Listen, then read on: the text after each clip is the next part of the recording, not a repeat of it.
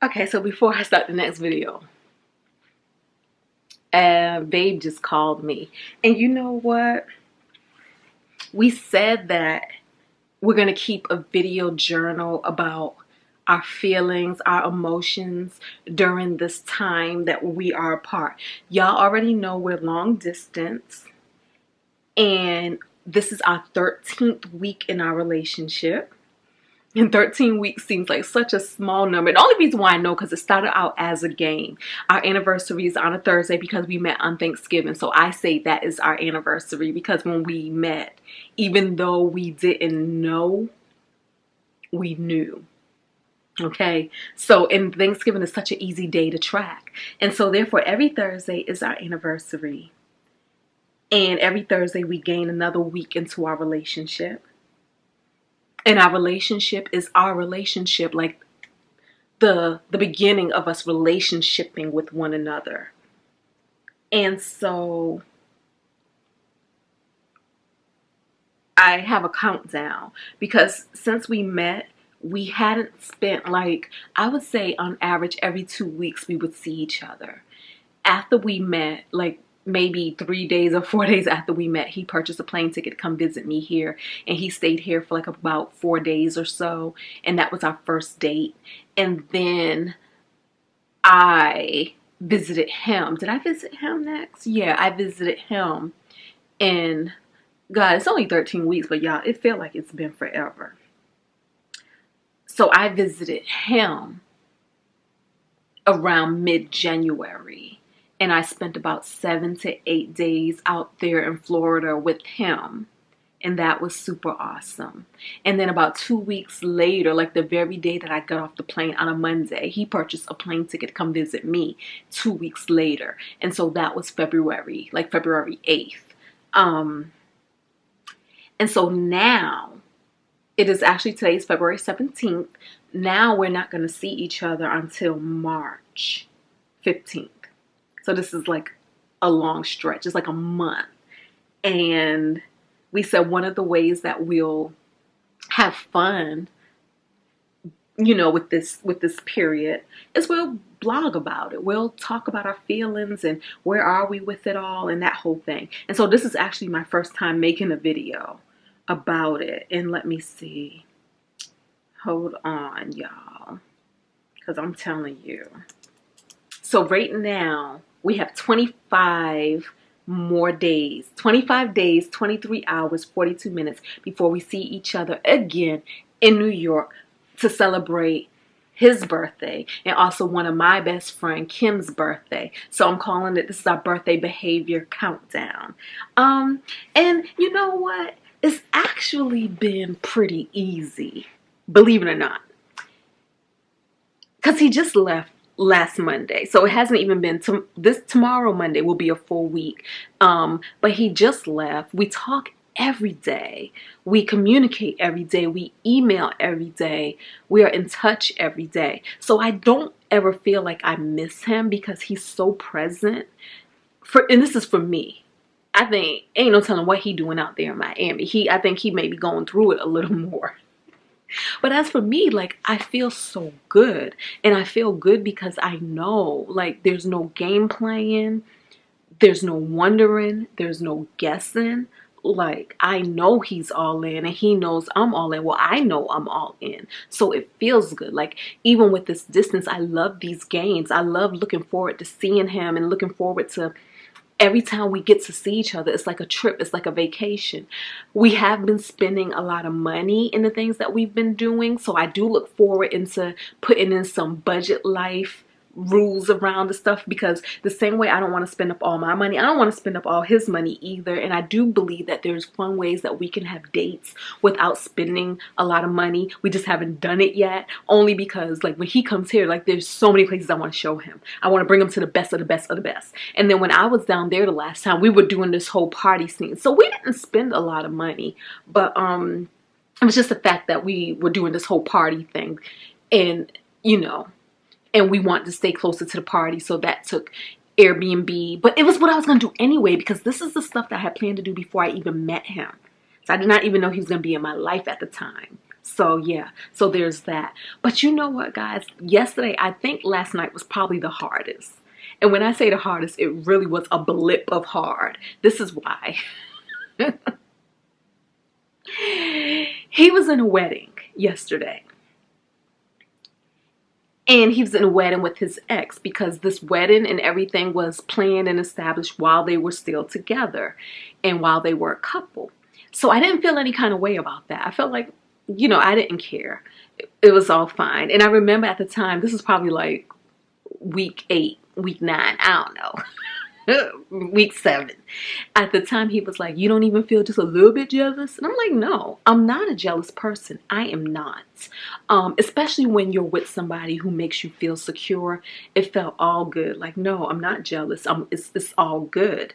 And I understand, staying true to your commitments and just doing what you're going to do. And then I think he said, and I need to ask him, I'm not even sure, that they weren't going to walk down the aisle together, because in the meantime, some other couples had split up. So I think they may have been all switched up. I'm not sure. I'm going to ask.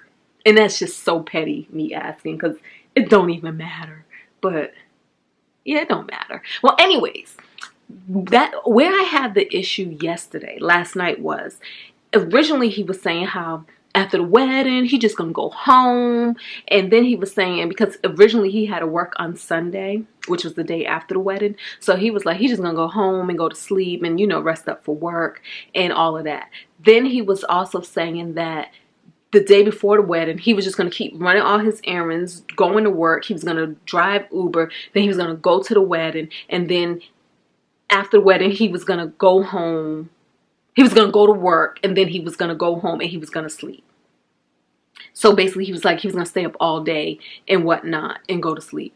And at the time, I was feeling like, really? Are you just doing that so that you can have an excuse to leave after the wedding, because you just can't say, yo, I'm leaving. So you're going to make yourself sleep deprived so that you'll be uber tired.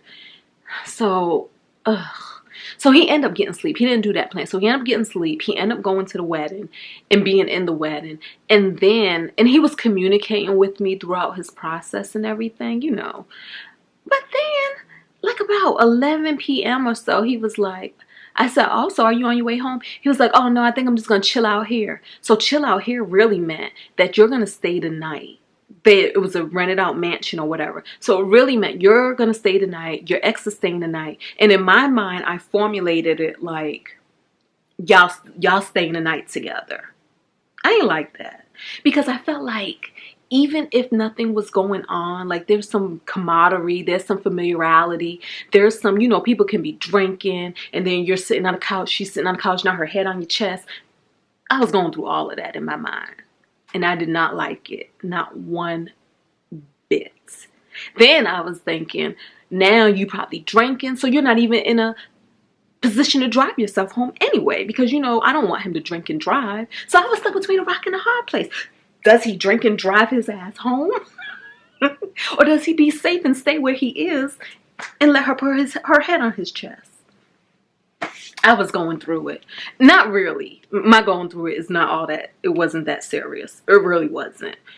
So I had sent him a text, because we had said, like, he started this. Being honest with your feelings, not holding anything back. He started it because he had said something to me one time. And he was like, he could hold it in, but he was like, no, he wants to be in a relationship where he can communicate and not hide anything and not hold anything back. And I agree. So I didn't want to sit on that either, because even if I never said anything to him, it would have been like later down the line, like I'm secretly feeling some kind of way. And I just wanted to put it all out there. And so I had sent him a text. My text, I was like, this was at 11:41 p.m. I said, I have a bad feeling, but I'm probably just being paranoid. Frowny face. Oh well, let me go to sleep. And that's what I did. I turned the vibration of my phone down because I didn't want to hear or check for if he responded to me or anything. And I just laid my butt down, watched some Netflix, and went to sleep, because I knew that these were my own insecurities in my head and I was making up a total story, And so he texted me back at 11:55. He was like, baby, I'm good. And then he started speaking broken English. Either that or he was drunk. He says, on what you be paranoid on? I'm like, and I never responded. Well, I was asleep and everything. But yeah, and then at 4:48 a.m. he texts me, just got home. Which is cool. I love that he communicates. I love that he does keep me, up with his whatever it is, what he's doing. And I think that may be important with long distance relationships. Otherwise, you can be in these streets wondering. I'm really not the type to do all of that wondering, but it's cool nonetheless. It's cool with me because it's not coming from a place of, oh, he has to check in with me or whatever. It's just more like I look at it like just assuring me. He may expect the same. I don't know.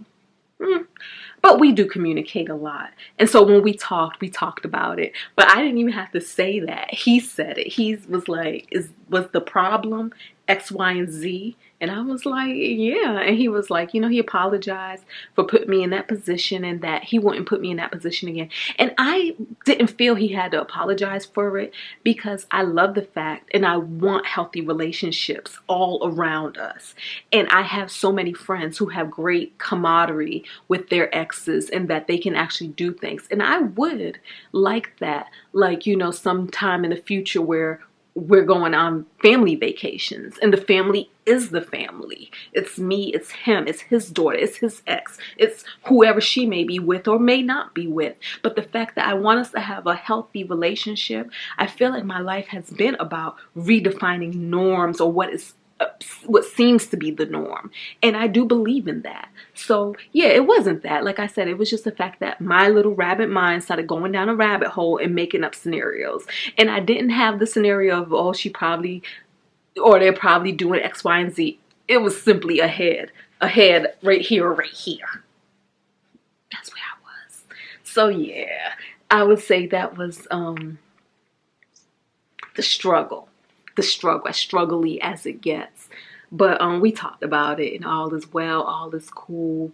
And I miss my baby. And I cannot wait to see him in New York. And I feel like I'm going to get through these 25 days like a champ. So I'm good. You good? I'm good. All right. I can't get you out of my mind. It's like I feel it for the first time. Been thinking about you all night. I've been searching for this all my life. You're just my type. I've been